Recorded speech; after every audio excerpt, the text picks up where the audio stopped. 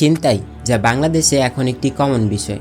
এমনকি শুধুমাত্র ঢাকা শহরে গড়ে দৈনিক ৩০০রও বেশি মোবাইল ফোন ছিনতাই হচ্ছে। কেন বৃদ্ধি পাচ্ছে এসব ছিনতাইকারীর সংখ্যা, এরা কারা, এদের কৌশলগুলো কি যা জানলে আপনি এদের কবজ থেকে বাঁচতে পারবেন, তা জানার জন্য আজকের এই ভিডিওটি আপনাকে দেখতে হবে।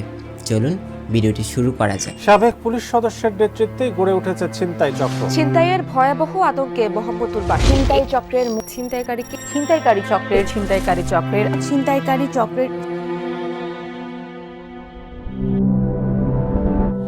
ঢাকা বিশ্ববিদ্যালয়ে পড়ার সুবাদে গত ২ মাসে যাতায়াতকালে রাস্তাঘাটে বহু মানুষকে ছিনতাইয়ের ভিকটিম হতে দেখেছি। তাছাড়া এদেশে খুদ পরিকল্পনা মন্ত্রী থেকে শুরু করে ডেপুটি জেলারের ফোন পর্যন্ত ছিনতাই হয়। আর অবাক করার বিষয় তো এটা যে বর্তমানে ঢাকা শহরে ছিনতাইকারী পদে চাকরিও মিলছে, এবং যে যত বেশি মোবাইল ফোন ছিনতাই করতে পারবে তার বেতন তত বেশি হবে। প্রথমে এদেরকে টার্গেট সেট করে দেওয়া হয় যে প্রতিজন দৈনিক ৩টি করে মোবাইল ফোন ছিনতাই করবে, এবং কোনো কারণে যদি ছিনতাই করতে গিয়ে ধরা পড়ে তবে এদের মহাজন এদেরকে গিয়ে ছাড়িয়ে আনবে। আর তাদের এই কাজ বাস্তবায়ন করার জন্য তারা কিছু কৌশল অবলম্বন করে, যার মধ্যে অন্যতম হচ্ছে তারা রেল স্টেশন এবং বিভিন্ন চৌরাস্তাকে কেন্দ্র করে তাদের পরিকল্পনার ছক কষে, এবং সকাল ৫টা থেকে ৭টা এই সময়ের মধ্যে তারা দলবদ্ধ হয়ে রেল স্টেশনের আশেপাশে অস্ত্র নিয়ে উৎপেতে থাকে।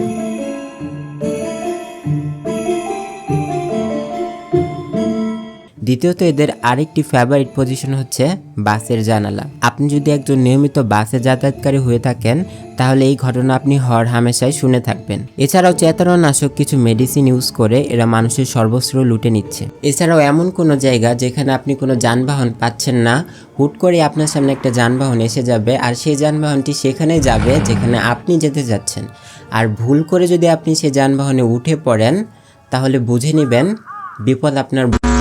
কেন বৃদ্ধি পাচ্ছে এসব ছিনতাইকারীর সংখ্যা, এর উত্তর এক কথায় দেওয়া মুশকিল। তবে আমার গবেষণায় এখানে বিভিন্ন ক্যাটাগরির লোক আছে। তবে এদের মধ্যে কেউ পথশিশু। কিন্তু কেন পথশিশুরা ছিনতাইয়ের পথ বেছে নিচ্ছে, এই প্রশ্নের উত্তর খোঁজার আগে চলুন আপনাদেরকে একটি কনসেপ্টের সাথে পরিচয় করিয়ে দিই। এদেরকে পথশিশু বলার কারণ হচ্ছে এরা পথেই বড় হয়।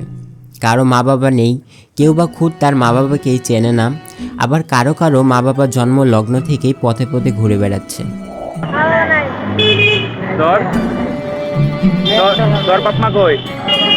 এখন এই পথ শিশুরা যখন ১ থেকে ১০ বছর বয়সের মধ্যে থাকে তখন তারা লেখাপড়া কি সেটা বুঝে না, লেখাপড়ার গুরুত্ব বুঝে না, এমনকি তারা কিভাবে এই অভাবের চক্র থেকে বের হবে সেটাও তারা জানে না। কিছু ক্ষেত্রে এদের মা বাবার এবিলিটি নেই তাদেরকে লেখাপড়া করানোর, এমনকি লেখাপড়া করার জন্য যে ডকুমেন্টগুলো প্রয়োজন হয় তার কোনোটাই তাদের নেই। স্কুলে ভর্তি বা রাষ্ট্রীয় সুযোগ সুবিধা থেকে বঞ্চিত হচ্ছে পথশিশুরা, কারণ তাদের জন্ম নিবন্ধন নেই।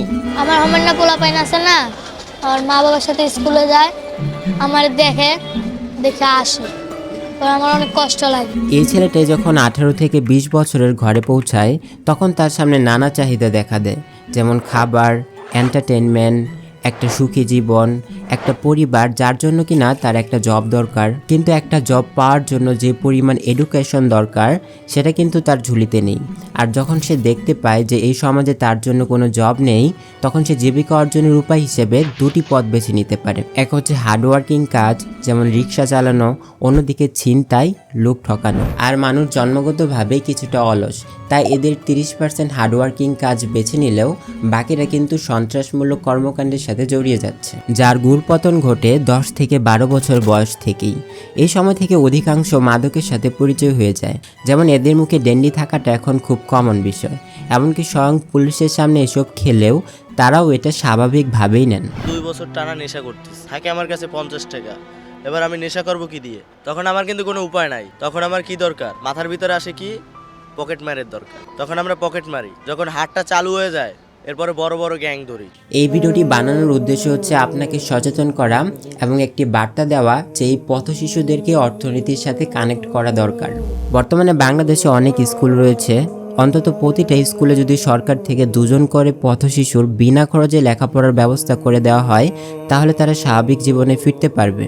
আর যদি তাদের জন্য অতি শীঘ্রই পুনর্বাসনের ব্যবস্থা না করা যায় তাহলে আগামী 10 বছর পর এই মহামারী দ্বিগুণেরও বেশি বেড়ে যাবে। নিজে সতর্ক থাকুন, অন্যকে সতর্ক করুন। ভিডিওটি ভালো লাগলে অবশ্যই সাবস্ক্রাইব কিংবা উপরে থাকা blue colour follow button press করে দিবেন। দেখা হচ্ছে নেক্সট ভিডিওতে। এই ভিডিওটি এই পর্যন্তই। ভালো থাকবেন, সুস্থ থাকবেন। আল্লাহ হাফিজ।